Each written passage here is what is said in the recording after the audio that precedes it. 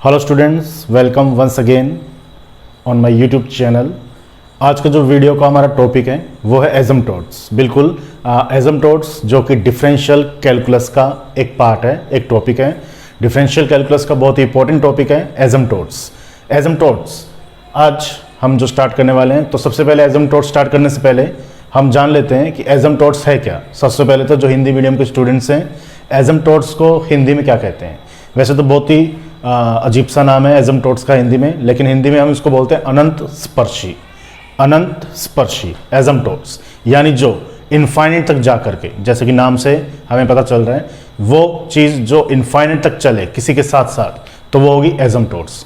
अब एसिम्पटोट्स होती क्या चीज़ है? एसिम्पटोट्स वो एक स्ट्रेट लाइन है। एसिम्पटोट्स क्या है? एसिम्पटोट्स हमेशा एक स्ट्रेट लाइन होगी, और वो क्या होगी, कैसी होगी, कहाँ होगी?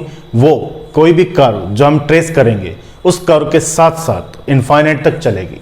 तो जो ऐसी कोई स्ट्रेट लाइन जो किसी कर्व के साथ साथ इनफाइनाइट तक चले, तो वो स्ट्रेट लाइन उस कर्व के लिए एसिम्पटोट्स हो जाएगी। क्लियर है? और हमें यह मालूम है कि स्ट्रेट लाइन जो है वो उसकी इक्वेशन क्या होती है। स्ट्रेट लाइन हम शो किससे करते हैं? तो हम जो स्ट्रेट लाइन है वो शो करते हैं इस इक्वेशन से, y = mx + c से।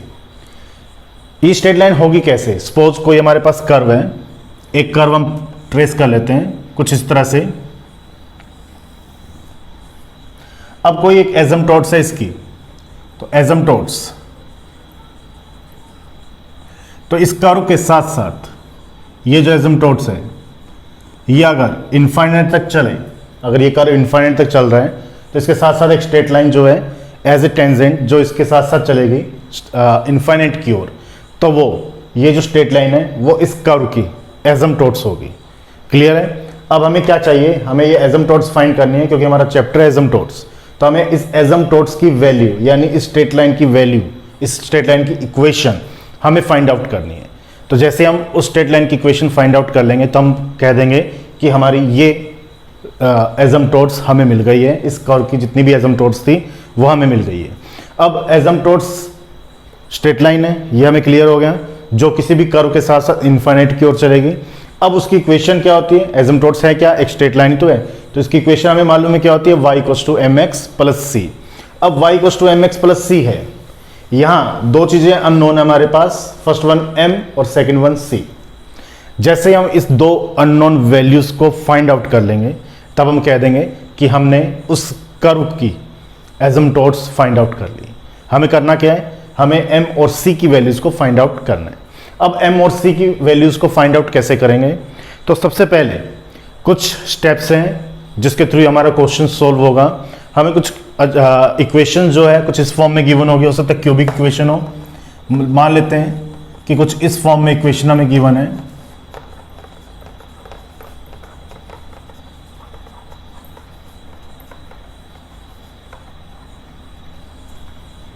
अब ये कहते हैं कि ये जो इक्वेशन है कोई ना कोई किसी ना किसी कर्व को रिप्रेजेंट कर रही है, तो हमें एसिम्पटोट्स फाइंड करनी है इस कर्व के लिए, इस इक्वेशन के लिए, यानी इस कर्व के लिए हमें एसिम्पटोट्स को फाइंड आउट करना है। अब हमें करना क्या? हमारा जो वर्किंग प्रोसीजर होगा, जो मेथड होगा, वो क्या होगा? हमें सबसे पहले जब भी इक्वेशन गिवन होगी, तो सबसे पहले हमें ये चेक करना है कि उसकी डिग्री क्या है। डिग्री क्या है? जो हाईएस्ट पावर है उसको हम डिग्री बोलेंगे। तो उस इक्वेशन में डिग्री क्या है? तो यहाँ देखिए, सपोज ये एक हमारे पास इक्वेशन गिवन है, एज एग्जांपल इसको हम कंसीडर कर लेते हैं। तो हमारे पास इसको देख करके हमारा पहला स्टेप 1, हमें क्या डिसाइड करना है? हमें वैल्यूज फाइंड करनी है सबसे पहले n की। n क्या है? n will be highest degree. Clear है? हमें n को फाइंड आउट करना है सबसे पहले, क्वेश्चन को देखते ही। क्वेश्चन में अगर हाई डिग्री 3 होगी तब लिखेंगे n = 3। अगर हाईएस्ट डिग्री 2 है, मान लीजिए इक्वेशन हमारी स्टार्ट हो रही है x² + y² 2xy कुछ भी, तो उसकी डिग्री होगी 2। तो n यहाँ पे हम डिसाइड करेंगे 2। जितनी वैल्यू n की होगी, यानी जितनी डिग्री हाईएस्ट इक्वेशन में होगी, उतनी एसिम्पटोट्स हमें मिलेगी। इस चीज़ का हमेशा ध्यान रखना, हाईएस्ट डिग्री जितनी होगी उतनी एसिम्पटोट्स हमें जरूर मिलेंगी। हमें सभी एसिम्पटोट्स फाइंड करनी है। अगर ये पर्टिकुलर कोई क्वेश्चन हमारे पास आ जाता है जिसकी डिग्री 3 है, तब हम इस क्वेश्चन के लिए 3 एसिम्पटोट्स फाइंड आउट करेंगे। तो n इसके अकॉर्डिंग अगर मैं n लिखना चाहूँ तो मैं क्या लिखूँगा 3। क्लियर है। इसके बाद हमें कुछ ना कुछ वैल्यूज़ फाइंड आउट करनी है। वैल्यू क्या फाइंड आउट करनी है, देखिए हम वैल्यूज़ फाइंड करेंगे 5n-1m के लिए, 5n-2m के लिए, 5n-3m के लिए। अब ये 5n-1, 5n-2, 5n-3 ये क्या चीज़ है और कहाँ तक चलेंगे हम, क्या लिमिट है इसकी। 5n-1 n-1, अब यहाँ क्लियरली चेक करना, यहाँ हमने n क्या लिखा है 3, तो 5n-1 m को हम क्या लिखेंगे या हम क्या बोलेंगे, इनडायरेक्टली हम इसको बोलेंगे इस क्वेश्चन के लिए पर्टिकुलर 2, क्योंकि n तो हमने डिसाइड कर ही लिया पहले ही, जो क्वेश्चन गिवन उसके बिहाफ पर। अगर n 3 है तो 5n-1 क्या होगा 2 होगा, 5n-2 क्या हो जाएगा 1 हो जाएगा। और कहाँ तक चलेंगे हम चलेंगे लास्ट 5-1 तक, जब तक कि हमारे पास 5-1 नहीं आ जाए। 5nm इससे पहले आएगा 5nm, यानी 5-3m भी हमें कंसीडर करना होगा। सबसे पहले हम 5nm लेंगे, फिर 5n-1, 5n-2, S1 हम चलते रहेंगे कब तक, जब तक कि 5-1 तक हम नहीं पहुंच जाए। क्लियर स्टूडेंट्स, मैं एक बार फिर से लिख देता हूं, थोड़ा सा ये होच-पोच हो गया यहाँ पे। हमें क्या करना है फिर से देख लीजिए, हमें सबसे पहले 5nm की वैल्यू फाइंड करनी है, फिर 5n-1m के लिए, 5n-2m के लिए, S1 चलते रहेंगे कहाँ तक 5-1 तक। देखिए n हमारे पास यहाँ 3 है, तो यानी कि हमें पहले 5-3m की वैल्यू फाइंड करेंगे, फिर 5-2m की वैल्यू फाइंड होगी, फिर 5-1m की वैल्यू फाइंड होगी। इसके अलावा हम इसमें और कोई वैल्यू फाइंड नहीं करेंगे, क्योंकि लास्ट हमारे पास 5-1 आना चाहिए। अब 5 क्या चीज़ है, n तो हमने फाइंड कर लिया। ये स्टेप्स हैं जो आपको हर क्वेश्चन में करने हैं, तो इसके अकॉर्डिंग n आपका डिसाइड हुआ होगा पहले से ही, उसके अकॉर्डिंग आप ये वैल्यूज शो कर दोगे। लेकिन 5 चीज़ क्या है, 5-3, 5-2, 5-1 आखिर चीज़ है क्या, तो 5-3 क्या चीज़ है, 5-3 यानी 5 किसको रिप्रेजेंट कर रहा है, एक फंक्शन को रिप्रेजेंट कर रहा है। कौन से फंक्शन को, 3 डिग्री। 3 क्या चीज़ है, n है, n क्या है मैंने पहले बताया था, highest degree. 5-3 is n what is n, n will be highest degree. तो इसका मतलब ये होगा कि 5 just denoting, 5 just representing only a function. Which function, only 3 degree function. तो 3 डिग्री फंक्शन की जितनी भी वैल्यूज हमें गिवन है इस इक्वेशन में, वो हम इसके सामने शो करेंगे। जैसे कि ये 3 डिग्री है, ये 3 डिग्री है, ये भी 3 है, 2 and 1, एक बार में 3 वेरिएबल एक साथ मल्टीप्लाई हो रहे हैं, x into X into Y. यहाँ पे भी तो हो रहा है x into X into X, Y into Y into Y, X into X into Y. ये भी 3 डिग्री है, x into Y into Y. तो यहाँ तक इन चारों वैल्यूज की डिग्री कितनी है, 3। तो यहाँ से लेकर के यहाँ तक जो 3 डिग्री का फंक्शन है वो हम इसके इक्वल में शो करेंगे। लेकिन यहाँ हमारा मेथड एक और है, क्या आपको हमेशा ध्यान रखना है, जब भी ये सभी वैल्यूज हम यहाँ पुट करेंगे तो उसमें x को 1 और y को m आपको हमेशा पुट करना है। ये मेथड है किसके लिए, ये मेथड है हमें इस स्ट्रेट लाइन की वैल्यूज को, इस एसिम्पटोट्स को फाइंड करने के लिए। हमें करना क्या होगा, आप इनके इक्वल कभी भी कोई भी वैल्यू पुट करोगे यहाँ से लेकर के, उसमें x को 1 और y को m से रिप्लेस करोगे ही करोगे। ये मेथड आपको ध्यान रखना है। तो जब x की जगह 1 और y की जगह m यहाँ मैं रिप्लेस कर दूंगा, तो यहाँ से लेकर यहाँ तक की इक्वेशन क्या बन जाएगी, 1 plus m cube plus 2m plus 3m square. Clear है, x replacing by 1 and y replacing by m, तो ये आ जाएगा। अब बात करते हैं 5-2m की, यानी 2 डिग्री की जितनी भी वैल्यू है हमें क्वेश्चन में गिवन है, जो भी इक्वेशन, वो सब इसके इक्वल में लिखेंगे, फंक्शन ऑफ 2 डिग्री। तो देखिए ये 2 है, ये 2 है और ये भी 2 है, तो ये तीनों वैल्यूज इसके फंक्शन ऑफ 2 के इक्वल में हम पुट करेंगे। तो देखिए x की जगह 1 और y की जगह m फिर से रिप्लेस करना है, तो 3 plus m square plus m। Clear है, 2 2 1 एंड 1 2। अब अगर बात करते हैं 5-1 डिग्री, तो यहाँ पे किसी भी डिग्री 1 है नहीं है, क्यों, क्योंकि 1 है हमारे पास, और 1 को हम लिख सकते हैं x की पावर 0 और y की पावर 0 और x की पावर 0 y की पावर 0, तो यानी जो कांस्टेंट है उसमें डिग्री कितनी होती है 0। तो यहाँ पे तो कोई 1 डिग्री की कोई वैल्यू नहीं है, तो हम इसको 0 एज्यूम कर देंगे। क्लियर है? ये मैंने एक एग्जाम्पल के थ्रू आपको समझा रहा हूँ स्टेप्स, ताकि आपको जल्दी से क्लियर हो जाए कि हम कर क्या रहे हैं और उसमें वैल्यूज किस तरह से आती है। एसिम्पटोट्स जस्ट स्ट्रेट लाइन हमें मालूम है इक्वेशन क्या होती है, y equals to mx plus c, और इसको हमें फाइंड आउट करना है किसे, एसिम्पटोट्स को हमें फाइंड आउट करना है डिफरेंशियल कैलकुलस के लिए। तो एसिम्पटोट्स जो कि रिप्रेजेंट हो रही है y equals to mx plus c के लिए, जहां दो अननोन है m एंड c, जिसकी वैल्यू हमें फाइंड आउट करनी है। तो उसका वर्किंग प्रोसीजर क्या है, जब भी कोई इक्वेशन कर्व की हमें गिवन होगी उसमें हमें सबसे पहले फर्स्ट स्टेप हमें डिसाइड करना है n equals to 3, n equals to 3 यानी कि हाईएस्ट डिग्री हमें सबसे पहले फाइंड आउट करनी है। उसके बाद हमें फंक्शन उसी n डिग्री से लेते हुए कहाँ तक चलना है, 1 तक। अगर यहाँ 4 है तो 5 4 5 3 5 2 5 1, 5 डिग्री हाईएस्ट है तो 5 5 5 4 5 3 5 2 5 1 तक, आपको लास्ट 5 1 तक चलना है। और फंक्शन ऑफ 3 डिग्री यानी 5 4 5 5 5 3 का क्या मतलब है, वो डिग्री है, डिग्री का फंक्शन है पर्टिकुलर उस डिग्री का। तो 5 3 का मतलब 3 डिग्री का जो भी फंक्शन है उस इक्वेशन का जो भी पार्ट है जो 3 डिग्री में है वो उसके सामने आएगा, लेकिन हमेशा x जगह 1 y की जगह m रिप्लेस करना है। तो आप 5 1 तक पहुंच जाएंगे। यहाँ तक क्लियर है सभी को, यहाँ तक का। अब देखिए आगे हमें क्या करना है, वो भी स्टेप हमेशा याद रखिएगा। अब इसके बाद जो हमारा स्टेप आता है वो हम क्या करते हैं, put phi nm equals to 0। अब जो भी phi nm हायर डिग्री की आपका फंक्शन है उसके इक्वल में जो इक्वेशन आ रही है, हमारे पास phi nm कितना था 3, इसके इक्वल में ये इक्वेशन आ रही है एज एन एग्जाम्पल ये इक्वेशन आ रही है। तब इसके अकॉर्डिंग मैं क्या करूंगा, इस कंप्लीट इक्वेशन को 0 के इक्वल पुट कर दूंगा, या मैं अगर इससे कंपेयर करूं तो मैं लिख सकता हूं phi 3m इक्वल्स टू 0, और phi 3m इक्वल्स टू 0 का मतलब क्या हुआ, this equation should be equals to 0, यही होगा। phi nm n 3 है हमारे पास, आपको हमेशा हर क्वेश्चन में put phi nm equals to 0, ये आपको हमेशा पुट करना है, phi nm 0 के equal, where n equals to 3। तो ये इक्वेशन जो भी आपके पास यहाँ होगी किसी भी पर्टिकुलर क्वेश्चन के लिए उसे आप 0 के इक्वल पुट कर दोगे। अब जब इस पर्टिकुलर इक्वेशन को 0 के इक्वल पुट किया तो क्यों किया, क्या रीज़न है, ये रीज़न है क्योंकि हमें m की वैल्यू चाहिए, इस अननोन की वैल्यू चाहिए। इस अननोन की वैल्यू के लिए हमें हायर डिग्री को ही 0 के इक्वल पुट करना है।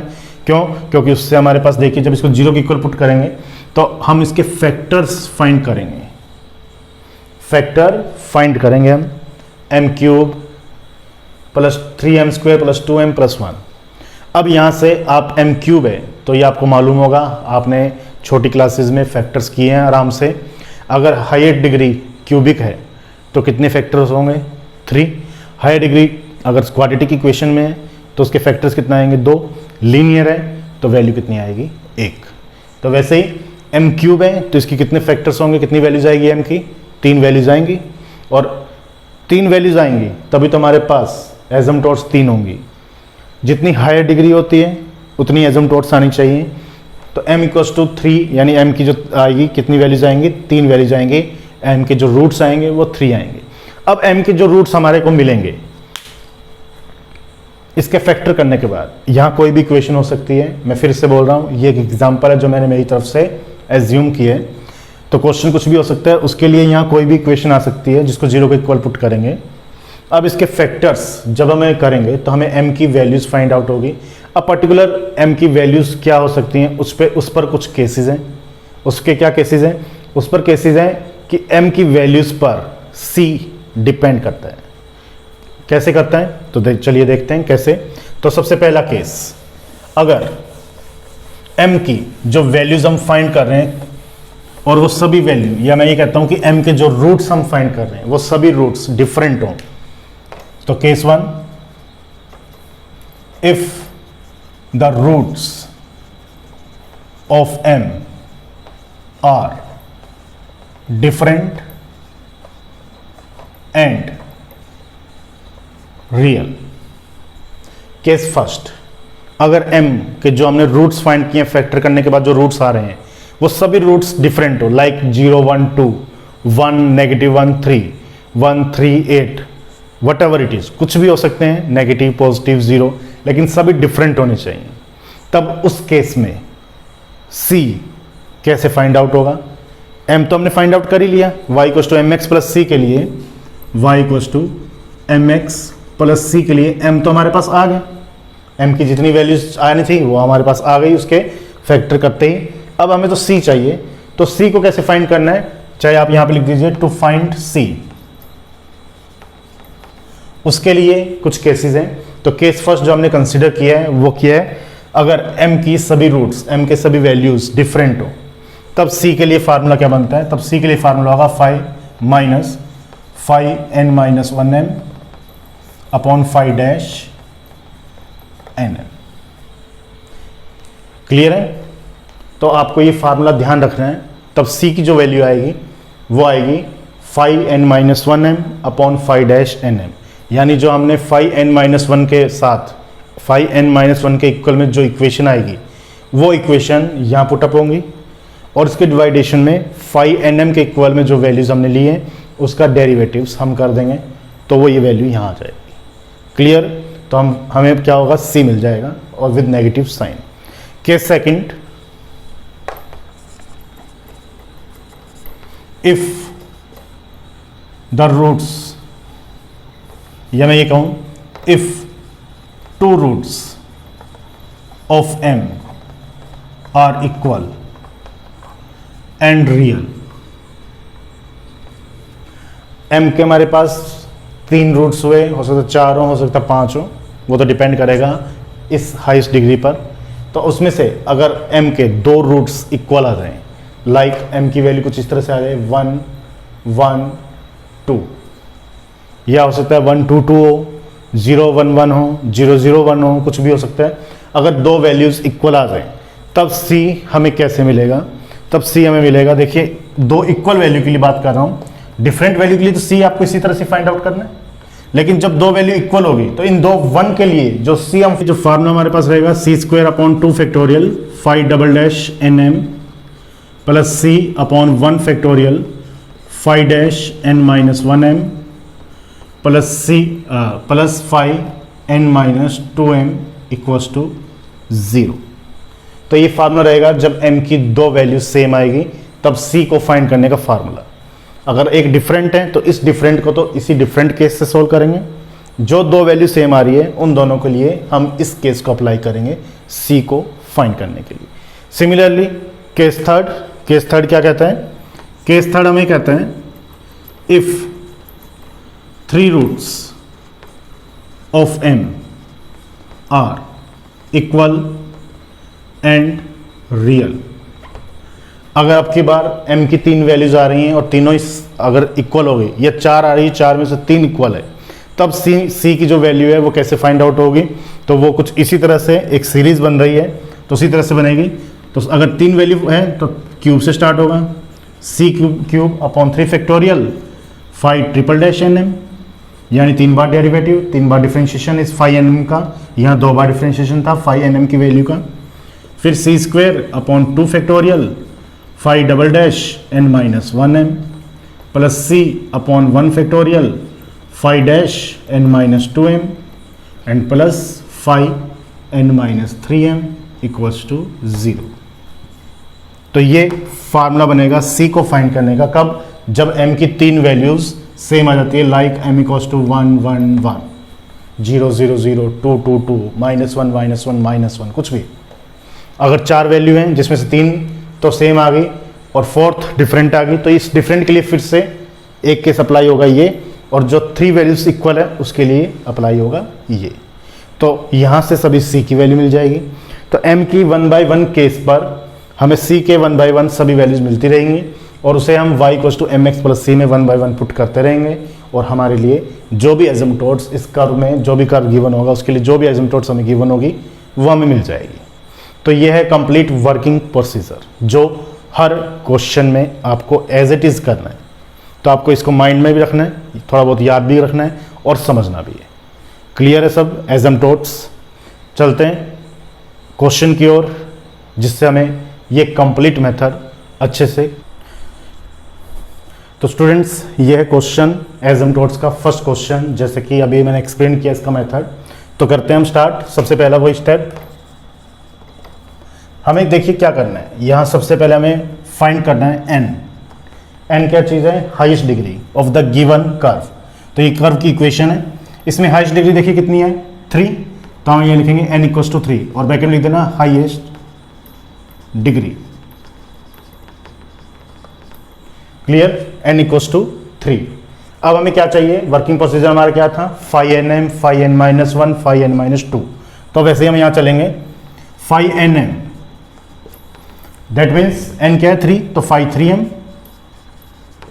और फाई 3, तो 3 डिग्री की टर्म्स देखिए कौन कौन सी है, यहां से लेकर के यहां तक। ये चारों वैल्यूज 3 डिग्री के अंडर में आ रही हैं, लेकिन हमें करना क्या है? ये 3 डिग्री की जो भी वैल्यूज है 3 डिग्री के सामने आएगी, लेकिन by putting x equals to 1 and y is equals to m, then we get 1 negative m square and plus m cube. Clear student? By putting x equals to 1 and y is equals to m, then phi n minus 1m, that means phi 2m. Now 2 degree term, this one 2 degree, 2 degree and 2 degree, 2, 2, 1 and 1, 2. तो total ये तीनों values function of 2 degree, तो function of 2 degree के equal में लिखा जाएगा, लेकिन लिखना वैसे ही है by replacing x equals to 1 and y equals to m. Now put the value 2 negative 4m square plus 2m. Clear student? Phi n minus 2m, phi 1m। अब फाई n माइनस 3 क्यों नहीं चलेंगे? क्योंकि हमें फाई 1 तक चलना है last. तो फाई 1 आ गया हमारे लिए, और 1 डिग्री के देखो कितनी टर्म्स हैं, 1 डिग्री और इसकी डिग्री कितनी है? 0। तो कांस्टेंट नहीं कंसीडर होगा x प्लस वाई, या उसको मैं लिख सकता हूं 1 प्लस m। 1 बाय 1 सब step clear. Phi 3 degree, phi N M, N equals to 3, तो 3 degree function complete first 4 values by replacing x equals to 1, y equals to m, we get 1 minus m square plus m cube. Second phi n minus 1m, that is phi 2m, 2 degree function, it will be 2x स्क्वायर minus 4y square plus 2xy। Again by replacing x equals to 1, y equals to m, we get 2 minus 4m square plus 2m. Now phi n minus 2, that is phi 1 degree term, it will be x plus y. By replacing x equals to 1, y equals to m, we get 1 plus m. Clear? Now हमें अब करना क्या है? Now we have to put phi nm equals to 0 according to our method, according to our procedure. Put phi nm equals to 0. That means phi 3m equals to 0, because phi nm किसके equal है? phi 3m के equal है, so that phi 3m equals to 0. एक ही बात है। phi 3m equals to 0, that means this equation equals to 0. मैं इस m को, m की जो डिग्री है वो डिसेंडिंग ऑर्डर में एडजस्ट कर लेता हूँ, यानी कि ज़्यादा से लेकर के 0 तक में। तो m की हाईएस्ट डिग्री है cube square m plus 1 equals to 0। अब हमें क्या चाहिए? m की वैल्यूज कब आएंगे? m के रूट्स कब होंगे? जब हम इसके फैक्टर्स करेंगे।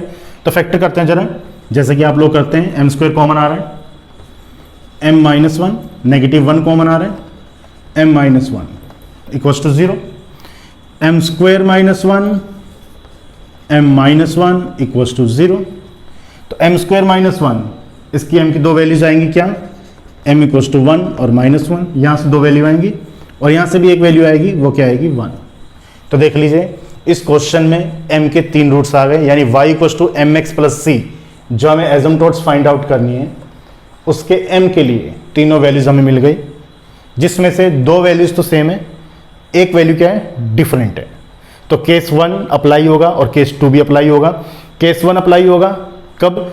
When the roots of m are different, तो एक डिफरेंट है। And case second, when 2 roots of m are equal, तो दो रूट्स हमारे इक्वल हैं। तो नेगेटिव 1 और पॉजिटिव 1 के लिए दो केस हमारे कंसीडर कर देते हैं हम। तो सबसे पहले तो हम नेगेटिव 1 के लिए कंसीडर करते हैं, तो हम क्या करेंगे? हम करेंगे केस 1, तो यहां लिख देते हैं हम केस 1। केस 1 के लिए हम क्या करते हैं? When m is equals to negative 1, when m is equals to negative 1, जब m इक्वल टू -1 है और हमें ये मालूम है कि -1 जो है वो डिफरेंट वैल्यू है, 1 और 1 दो सेम वैल्यू है, तो -1 की जो डिफरेंट वैल्यू उसके लिए c का फार्मूला क्या था, phi n - 1m upon phi dash nm, ये फार्मूला था हमारे पास। phi n - 1 की वैल्यू कहाँ है, ये रही phi n - 1 की वैल्यू ये है हमारे पास, तो ये वैल्यू मैं यहाँ एज इट इज पुट कर दूँ। ये नेगेटिव है जिससे कि प्रॉब्लम हमारी क्रिएट नहीं हो, तो क्या करता हूँ, जब ये वैल्यूज़ मैं यहाँ पुट करूँगा तो इसमें से नेगेटिव कॉमन ले लेता हूँ, जिसकी वजह से ये नेगेटिव और नेगेटिव पॉजिटिव हो जाएगा, तो इक्वेशन आ जाएगी ये 4m² माइनस का 2m माइनस का 2। Is that clear? क्या किया, phi n - 1 जो यहाँ गिवन है, ये वैल्यूज़ phi n - 1 की हमारे पास ये है, इसमें से मैंने नेगेटिव कॉमन ले लिया, तो जो नेगेटिव कॉमन लिया वो नेगेटिव और नेगेटिव क्या हो गया, पॉजिटिव हो गया, तो यहाँ पे भी जो नेगेटिव होगा पॉजिटिव हो जाएगा, जो पॉजिटिव है वो नेगेटिव हो जाएगा, तो 4m² minus 2m minus 2।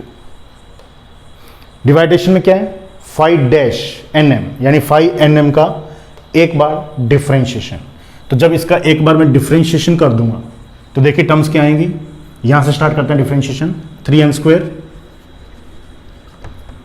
Minus 2m minus 1 और 1 कांस्टेंट है, डिफरेंशिएशन क्या हो जाएगा, 0। डिफरेंशिएशन करना है, phi डैश है, डैश का मतलब डेरिवेटिव, डिफरेंशिएशन, तो m³ का डेरिवेटिव 3m², नेगेटिव है तो negative 2m, negative 1 and constant 0, ये हमने एडजस्ट कर लिया। अब ये किस वैल्यूज़ के लिए, m की किस वैल्यू के लिए से हम सोल्व कर रहे हैं, -1 के लिए, सो रिप्लेसिंग m बाय -1, जितने भी m आपको नजर आ रहे हैं उस सभी m को हम -1 से रिप्लेस कर देते हैं, तो हमें c मिल जाएगा, तो c इज इक्वल टू देख लीजिए 4 -1 का square minus 2 -1 minus 2 divided by 3 -1 का स्क्वायर माइनस 2 -1 -1, जहां भी m है वहां -1 पुट कर दिया, क्योंकि हम इसी के लिए तो सोल्व कर रहे हैं, तो ये इक्वेशन क्या हो जाएगी, 4 + 2 - 2 3 + 2 -1, नेगेटिव का square positive, negative negative positive and negative, negative का square positive, negative negative and positive और नेगेटिव, तो ऊपर क्या रह गया 4 और नीचे कितना आ गया 2 या फिर 2, तो c की वैल्यू क्या आ गई 2, किसके लिए, m = -1 के लिए। So the first asymptotes of the curve, first asymptotes of the curve क्या हो जाएगी, m को -1 से, c को 2 से रिप्लेस कर दो, हमारी फर्स्ट एसिम्पटोट्स आ जाएगी, तो हमारी जो फर्स्ट एसिम्पटोट्स है वो आ रही है y = -x + 2, या फिर हम इसको ये भी लिख सकते हैं x + y = 2, तो ये हमारे पास क्या आ गई, ये फर्स्ट एसिम्पटोट्स आ गई इस कर्व की। कितनी एसिम्पटोट्स आएंगी टोटल, 3, जितनी हाईएस्ट डिग्री है उतनी एसिम्पटोट्स हमें फाइंड करनी ही करनी है, क्लियर है, तो ये तो आ गई हमारी फर्स्ट एसिम्पटोट्स x + y = 2। अब रिमेनिंग 2 एसिम्पटोट्स और हमें फाइंड आउट करनी है, किसकी हेल्प से, with the help of 1 and 1, जो m की 2 वैल्यूज और हमारे पास पेंडिंग अभी, तो अब ये 2 वैल्यू जो क्या है इक्वल है, तो जो इक्वल है तो उसके लिए मैंने क्या कहा था, फार्मूला कौन सा लगा, ये क्लियर है। अब इसमें केस सेकंड, जब केस सेकंड हम अप्लाई करेंगे तो m के लिए किसके लिए करेंगे, m = 1 के लिए, या 1 and 1 कर दीजिए, यहाँ पे एक ही बात है, दोनों एक साथ लेके चल रहे हैं, तो जब 2 वैल्यूज हमारी इक्वल है तो फार्मूला हमारा c का क्या बनेगा, c² / 2 factorial phi double dash nm plus c / 1 factorial phi dash n - 1m plus phi n - 2m = 0। अब 1 by 1 सभी वैल्यूज हम रिप्लेस कर देते हैं, तो c² / 2 factorial means 2, phi double dash इसका 2 बार डेरिवेटिव, पहली बार हमने किया था कितना आया था, पहली बार इसका डिफरेंशिएशन करेंगे तो आएगा 3m² - 2m - 1, इसका एक बार और डिफरेंशिएशन करना है, डबल डेरिवेटिव है, तो कितना आ जाएगा 6m - 2, यही आएगा, ये कांस्टेंट है 0 हो जाएगा, 2 टाइम डेरिवेटिव है, डबल डेरिवेटिव है, इसलिए फर्स्ट टाइम ये डेरिवेटिव, सेकेंड टाइम करेंगे तो ये। नेक्स्ट आ जाते हैं प्लस सी, 1 फैक्टोरियल का मतलब 1, 5n-1 का भी एक बार डिफ्रेंशिएशन है, तो इसका भी एक बार डिफ्रेंशिएशन होगा, तो कर देते हैं 2 - 8m, पॉजिटिव को मैं पहले लिख रहा हूँ, 2 - 8m, 2 - 8m, फिर आगे क्या है 5n-2m, और 5n-2 की वैल्यू कितनी है m+1 is equals to 0।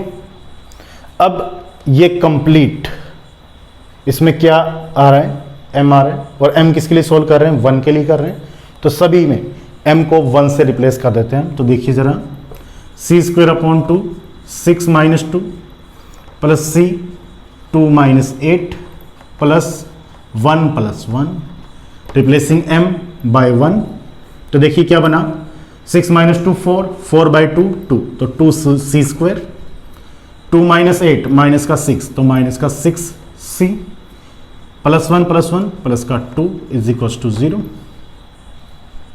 Next, ये क्वाड्रेटिक इक्वेशन बन रही है हमें c की फॉर्म में, इसको हमें सोल्व करना है, तो c की 2 वैल्यूज हमारे पास आएंगी। तो क्या आएंगी 2 वैल्यूज हमारे पास c के लिए, देखो जरा क्या हम लिख सकते हैं इसको, 2c² माइनस का 6c प्लस 2 इक्वल्स टू 0। तो हम इसको क्या लिख सकते हैं, फैक्टर्स कैसे कर सकते हैं, तो इसके फैक्टर्स हम कर लेते हैं by quadratic formula. Quadratic formula आपको मालूम होगा क्या होगा, -b plus minus b² minus 4ac/2a, ये हम यूज करते हैं। तो देखिए जरा c is equals to -b कितना है माइनस का 6, तो minus minus plus 6 plus minus √b², 6 का स्क्वायर 36 माइनस का 4, a और c कितना है 2 and 2, तो 2 × 4 और 4 और 4 16 अपॉन 2a कितना है 2, तो 2 × 4, ये कितना हो जाएगा 6 प्लस माइनस √20 अपॉन 4। या हम ये नेक्स्ट स्टेप में लिख सकते हैं c is equals to 6 plus minus 2√5 upon 4, या फिर 3 प्लस माइनस √5 अपॉन 2। तो c की m की 2 वैल्यूज के लिए c की भी 2 वैल्यू आ गई। फर्स्ट क्या आ गई 3 प्लस √5 अपॉन 2 और 3 माइनस √5 अपॉन 2। तो 2 एसिम्पटोट्स और हमारे पास आ गई क्या, m इक्वल्स टू 1 and 1 पर c एक तो हमारे पास आ रहा है इस 1 के लिए 3 प्लस √5 अपॉन 2, और इस 1 के लिए हमारे पास c आ रहा है 3 माइनस √5 अपॉन 2। तो एसिम्पटोट्स हमारे पास क्या हो जाएगी y equals to mx plus c। तो सेकेंड एसिम्पटोट्स में हम लिख सकते हैं y is equals to m तो 1 है, और एक बार c जब ये कंसीडर करेंगे तो 3 प्लस √5 अपॉन 2, और थर्ड एसिम्पटोट्स क्या हो जाएगी y इक्वल्स टू अगेन 1, और अब की बार c कितना आएगा 3 माइनस √5 अपॉन 2। तो ये 3 एसिम्पटोट्स हमें मिल गई। फर्स्ट एसिम्पटोट्स इस कर्व की, second asymptotes number 2 and asymptotes number 3। So the equation first, second and third denoting या representing of the asymptotes of given curves which is the required solution. तो इस कंप्लीट क्वेश्चन में अगर कोई भी डाउट है आपको तो आप कमेंट बॉक्स में लिख सकते हैं। किसी भी स्टेप में, किसी भी कैलकुलेशन में अगर आपको डाउट है तो आप लिख कर जरूर भेजिएगा। मेरी कोशिश रहेगी कि उसको मैं सॉल्व करूं या आपको रिप्लाई ज़रूर करूंगा मैं। और अगर आप इस YouTube चैनल पर नए हैं तो इसको सब्सक्राइब करना जरूर ना भूलें। सब्सक्राइब कीजिएगा ताकि नई वीडियो का नोटिफिकेशन आपको मिलता रहे। क्लियर? तो बने रहिए इसी तरह से इस YouTube चैनल के साथ। फिर से मिलेंगे एक नई वीडियो, एसिम्पटोट्स की ही नई वीडियो पर। Thank you.